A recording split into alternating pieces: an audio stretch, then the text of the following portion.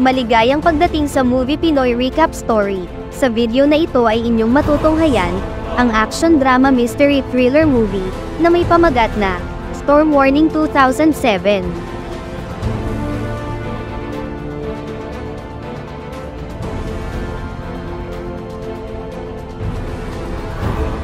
Nagsisimula ang istorya sa maulan at bumabagyong gabi sa isang isla kung saan may mag-asawang makikitang nagmamadaling tumatakbo. Hindi pa tukoy kung bakit at kung sino ang sa kanilang mga humahabol, ang malinaw lang sa ngayon ay talagang gusto nilang makaalis sa lalong madaling panahon. Sa sumunod na eksena, ipinapakita ang nasabing mag-asawa na sila Robert at Pia sa alas 10 ng umaga bago ang unang mga kaganapan sa pagsisimula. Nagagalak nilang binabaybay sakay ng kotse ang mga magagandang tanawin sa bansang Australia kung saan nila napiling magbakasyon. Narinig nila sa balita sa radyo na may paparating na bagyo kung nasaan sila ngayon, pero hindi ito nakikitang hadlang ni Robert para maudlot ang kanilang pagsasaya sa lugar. Napagplanuhan nila ni Pia na mamamangka muna sila hanggang alas 3 ng hapon at babalik na lang sila sa kanilang hotel kapag paparating na ang nasabing bagyo. Habang nagrerenta ng bangka sa may daungan ay may mga kahina-hinalang mga lalaking kanina pa siyang pinagmamasdan. Hindi na niya ito pinansin pa at nagpatuloy sila sa kanilang pamamangka sa dagat. Nakabingwit agad si Robert ng malaki at malusog na tilapia na pabiro pa niyang sinabi sa kanyang asawa na sa wakas ay may panghapunan na sila. Makalipas ang ilang oras na pag-e-enjoy at pagre-relax sa mapayapang katubigan ay napansin nila na unti-unti nang dumidilim ang langit. Dahil rito ay napagpasyahan na nilang bumalik na sa daungan. Subalit sa pagdaan ng ilang minuto ay napansin nila na tila naliligaw na sila. Nagsimula na silang mapaisip kung tama pa ba ang ruta na kanilang binabagtas dahil iba ito sa kanilang naunang dinaanan. Nang naisipan na maglakad ni Robert ay may nakita siyang abandonadong lumang bangkang pangisda. Dahil sa nagbabadyang masamang panahon ay napagdesisyonan nilang lumakad na sa lupaing ito sa pag-aakala na napadpad lang sila sa kabilang bahagi ng daungan. Ngunit kaila sa kanilang kaalaman ay napadpad na pala sila sa ibang isla at hanggang ngayon ay wala silang ideya sa bagay na ito. Sa gitna ng kanilang paglalakad ay naaninag nila ang ilaw ng isang sasakyan sa may sulok.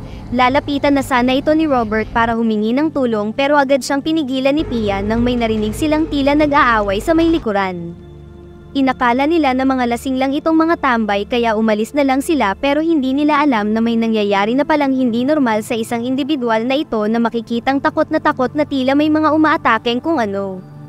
Nang unti-unti nang bumubuhos ang ulan ay napadpad naman sila ngayon sa parang dump site ng mga lumang sirang mga kotse.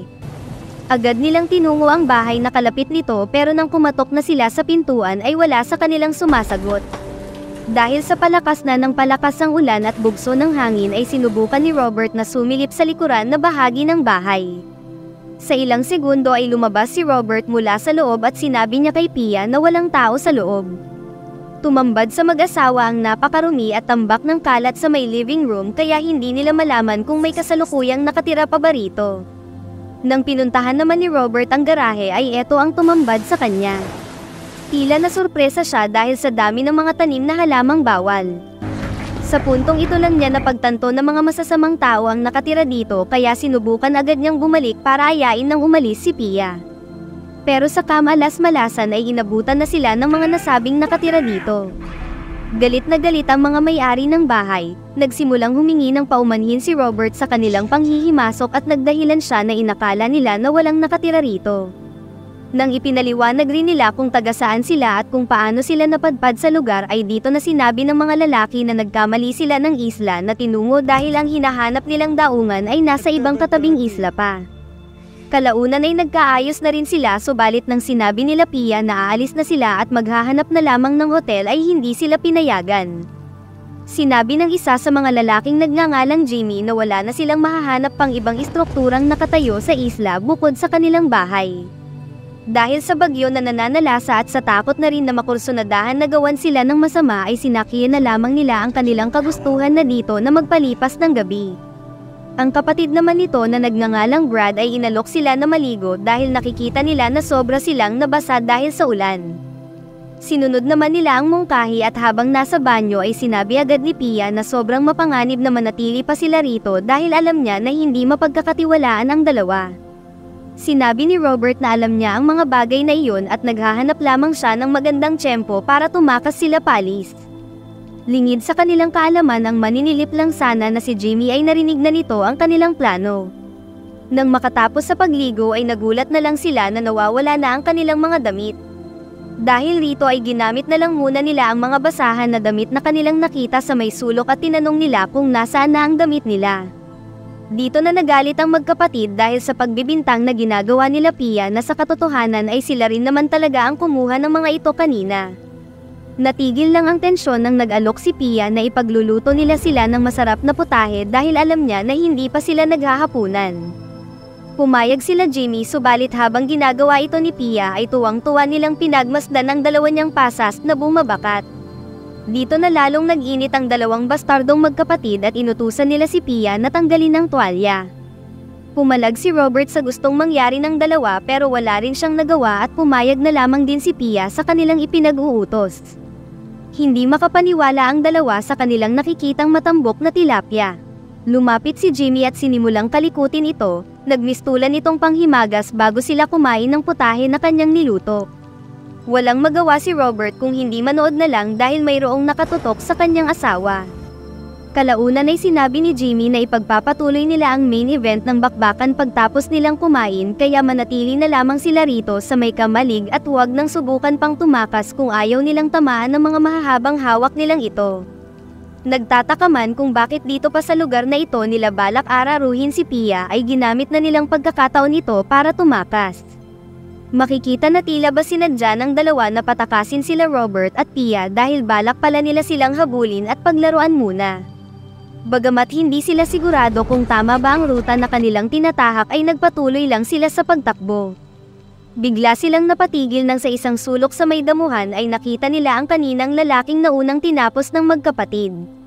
Saktong dumating na rin sila Brad at Jimmy kung saan dito na sila na-corner ng mga ito.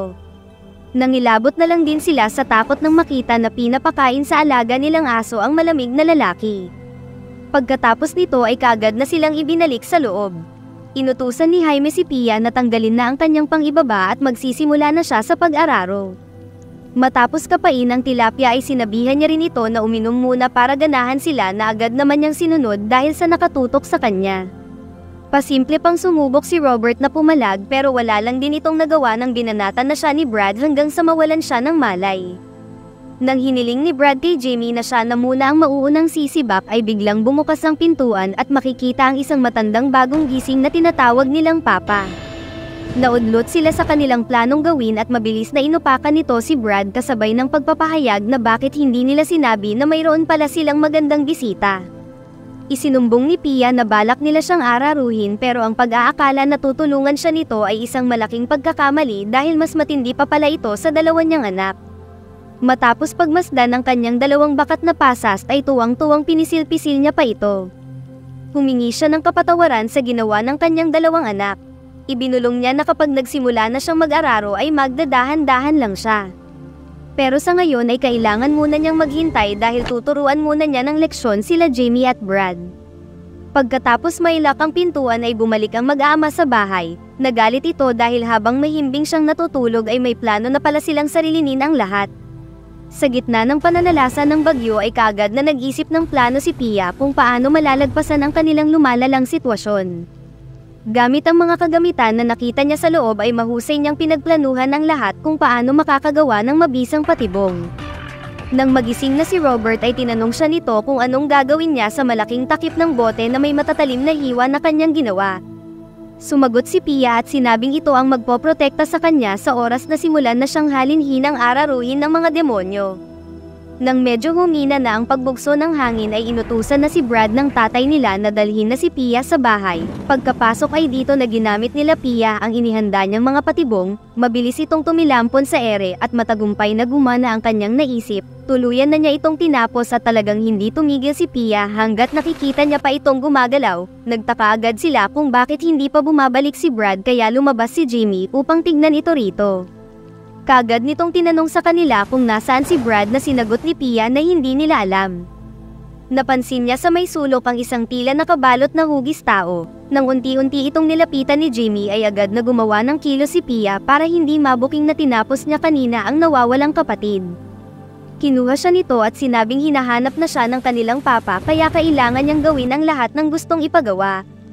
Habang kinakapa-kapa ang dalawang malaking monay ay mariin na bili ni Jimmy na huwag na niyang tangkain pang gumawa ng kung ano at magsaya na lamang silang maglaro ng kanilang ama. Sa kalagitnaan ng kulog at kidlat ay kalmado siyang binati ng tatay. Inilabas ang malaking batuta at nagpahayag na sisimulan na ang pag-araro sa kanyang malawak na kuweba at lupain kasama na ang dalawang matatayog na bundok.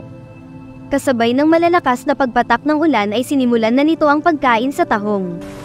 Tinupad nito ang pangako kanina na magdadahan-dahan siya at nang unti-unti nang papasok ang alaga, sa puntong ito na ginamit ni Pia ang kanyang ginawa kanina. Hindi mapakali ang matandang hukluban at halos ni hindi nito malaman ang gagawin. Naging mabisa at epektibo ang naisip na matalinong plano ni Pia. Nang marinig ni Jimmy na may kung anong nagaganap sa itaas ay agad itong napasugod at dito na naging maaksyon ang mga sumunod na tagpo.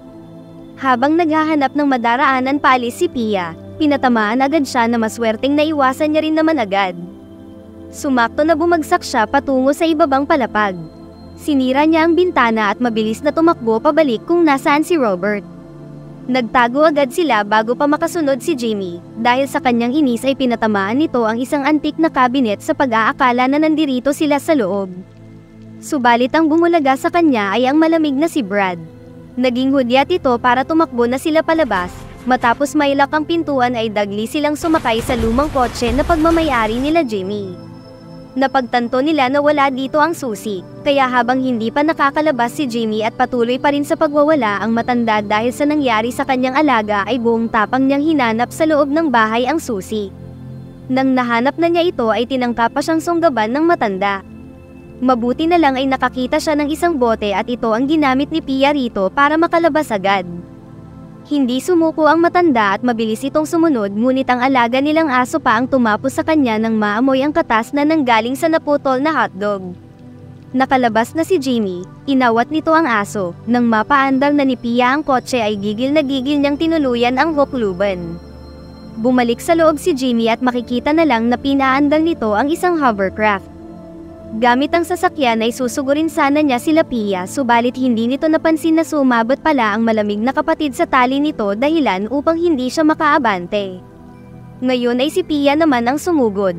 Ayaw sumuko ni Jimmy at nagpatuloy pa ito sa pagwawala hanggang sa ilang saglit, ang mismong makina na ng hovercraft ang tumapos sa kanya. Sa pagtatapos kahit makikitang bumabagyo pa rin ay masaya na sila dahil mayroon na silang pagkakataon na makaalis rito dala-dala ang napakahalagang aral na kanilang mga natutunan.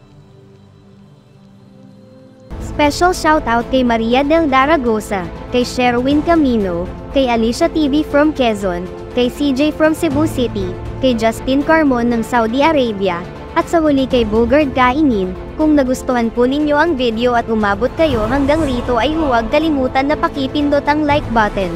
Maraming salamat po.